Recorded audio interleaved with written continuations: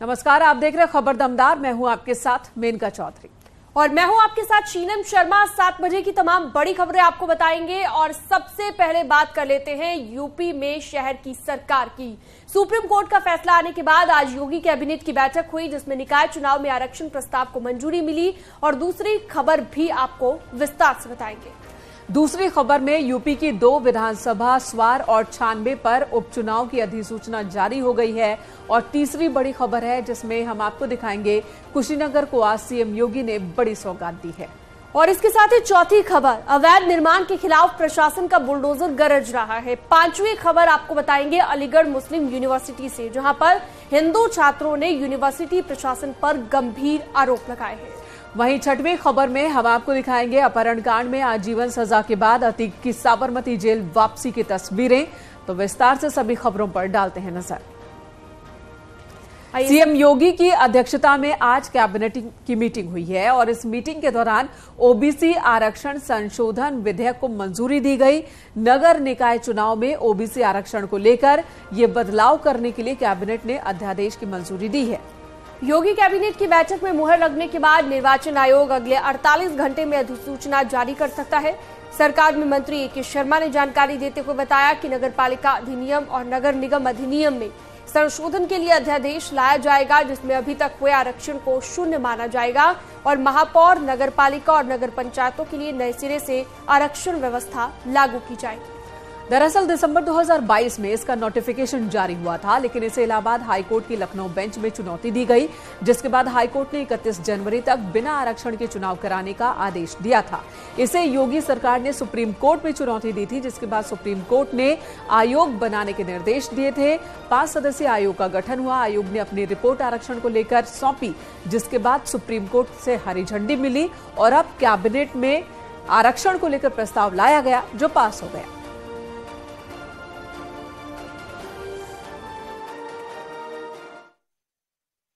मंत्रिपरिषद में 22 के लगभग प्रस्ताव पास हुए हैं और स्थानीय निकाय चुनाव पर माननीय सर्वोच्च न्यायालय से हरी झंडी मिलने के बाद आज कैबिनेट ने एक नोट पास किया है। उस दिशा में हम आगे बढ़े हैं।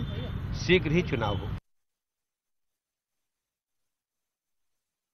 2 अधिनियम है, एक नगरपालिका अधिनियम है और एक नगर निगम अधिनियम है। हमारे राज्य की जो नगर निकायों का जो संचालन होता है जिन अधिनियमों के तहत, उन दोनों अधिनियमों में हमें कुछ संशोधन करना पड़ेगा। उन संशोधनों को करने के लिए हमने आज मंत्रिपरिषद से ऑर्डिनेंस करने की मंजूरी मांगी थी और माननीय मंत्रिपरिषद ने उस ऑर्डिनेंस को करने के लिए अपनी सिफारिश की है।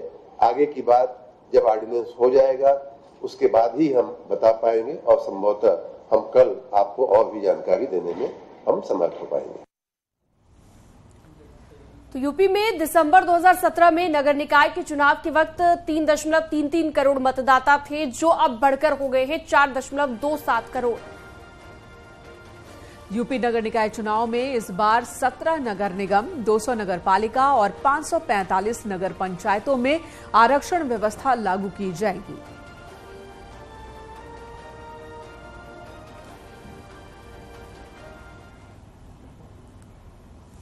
और इसी बीच उत्तर प्रदेश की 2 विधानसभा सीटों पर उपचुनाव का ऐलान भी हो गया। रामपुर की स्वार विधानसभा सीट और मिर्जापुर की 96 विधानसभा सीट पर 10 मई को उपचुनाव होगा।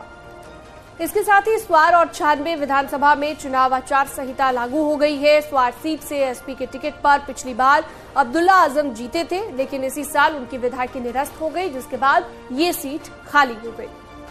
वहीं मिर्जापुर की 96 सीट से अपना दल एस के विधायक राहुल कौल ने चुनाव जीता था, लेकिन उनके निधन की वजह से ये सीट खाली हुई। यूपी की दोनों सीटों पर उपचुनाव को लेकर हाल ही में सीएम योगी आदित्यनाथ के आवास पर कोर कमेटी की बैठक भी हुई थी। इस बैठक में आगामी चुनावों को लेकर चर्चा हुई थी। इस बार भी ऐसी उम्मीद जताई जा रही है कि इन दोनों सीटों पर बीजेपी अपना दल के ही प्रत्याशी उतार सकती है। रामपुर सीट जीतने के बाद बीजेपी स्वार सीट पर भी कब्जा करना चाहेगी। स्वार सीट पर अब्दुल्ला आजम के समर्थक वोट बहुत माने जाते हैं, लेकिन इससे पहले रामपुर विधानसभा सीट पर बीजेपी कब्जा कर चुकी है। रामपुर लोकसभा सीट पर भी बीजेपी का कब्जा है और अब निगाहें स्वार विधानसभा सीट पर।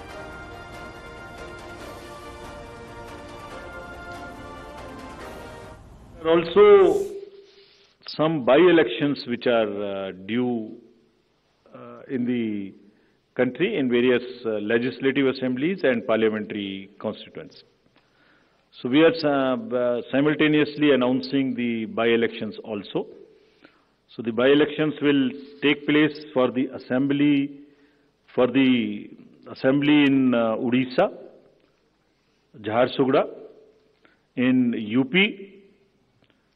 in Suar, UPAC 34, 395 Chanabe in UP, Soiyong in Meghalaya in 23.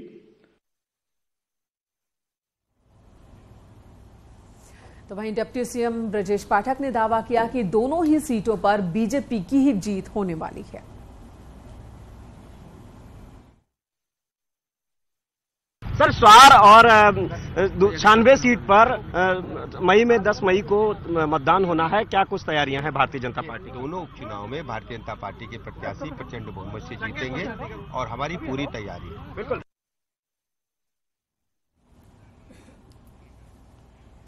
Rampur की स्वार विधानसभा सीट पर 2022 में समाजवादी पार्टी के टिकट पर आजम खान के बेटे अब्दुल्ला आजम जीते थे। अब्दुल्ला आजम ने अपना दल एसके हैदर अली खान को 61,103 वोटों के अंतर से हराया था। 2019 के लोकसभा चुनाव में रामपुर लोकसभा सीट से समाजवादी पार्टी के टिकट पर आजम खान ने बीजेपी के जयाप्रदा को 1,09,997 वोटों से हराया था, लेकिन रामपुर लोकसभा उपचुनाव में बाजी बीजेपी के हाथ लगी और बीजेपी के घनश्याम सिंह लोधी ने समाजवादी पार्टी के उम्मीदवार आसिम रजा को हराकर इस सीट पर कब्जा किया।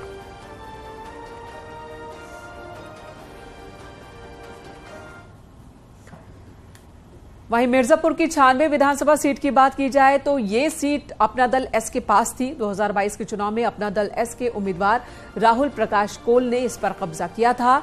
राहुल कोल ने समाजवादी पार्टी की उम्मीदवार कीर्ति को 38,113 वोटों से मात दी थी। 40 साल के राहुल कोल का कैंसर की वजह से निधन हो गया था, जिसके बाद ये सीट खाली हुई। केंद्रीय मंत्री अनुप्रिया पटेल की अपना दल एस ने 2022 के विधानसभा चुनाव में बीजेपी के साथ गठबंधन करके राज्य में 12 सीटें जीती थी। राहुल कोल के निधन के बाद यूपी में अपना दल के 11 विधायक रह गए थे।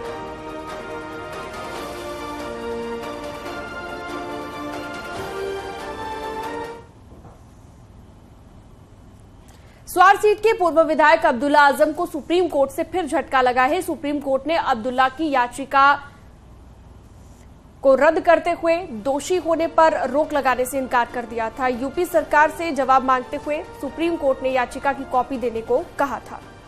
अब इस मसले पर 4 अप्रैल को सुनवाई होगी। दरअसल अब्दुल्ला आजम ने सुप्रीम कोर्ट में याचिका दाखिल कर अदालत से अपील की थी कि उनकी विधायकी रद्द किए जाने वाले फैसले पर स्टे लगा दिया जाए, लेकिन सुप्रीम कोर्ट ने फिलहाल स्टे लगाने से इनकार कर दिया।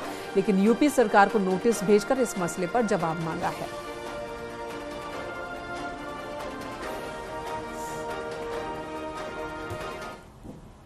इधर पूर्व मंत्री सिद्धार्थनाथ सिंह ने माफिया को संरक्षण देने को लेकर समाजवादी पार्टी और अखिलेश यादव पर जोरदार हमला बोला। उन्होंने कहा कि बीजेपी पर कोई भी टिप्पणी करने से पहले अखिलेश यादव को इतिहास जान लेना चाहिए। अखिलेश यादव पहले सच्चाई जान ले, उसके बाद ही बीजेपी को लेकर कोई टिप्पणी करे या फिर उस पर उंगली उठाए।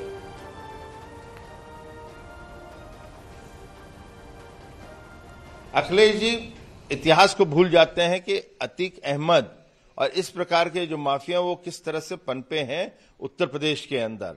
उनको इतिहास में जाना चाहिए और लोगों को भ्रमित कम कर दें, क्योंकि ना ही तो आपने देखा है और ना ही किसी और ने। तो इसलिए थूक के भागने की आदत जो है वो अखिलेश जी आप अरविंद केजरीवाल तक की छोड़ दीजिए।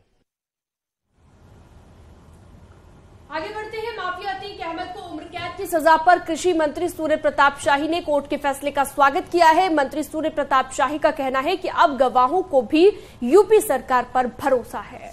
पीड़ित परिवारों में अब सरकार को लेकर भरोसा बढ़ा है, ये कहना है उनका। यूपी में किसी भी अपराधी को माफ नहीं किया जाएगा।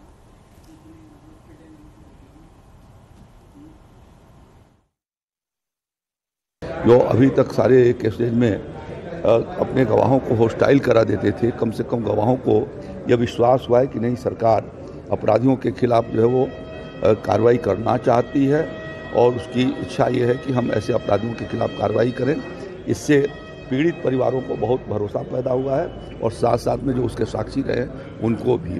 तो ये अपराधियों के लिए एक संकेत है, उत्तर प्रदेश में किसी भी अपराधी को माफ़ नहीं किया जाएगा।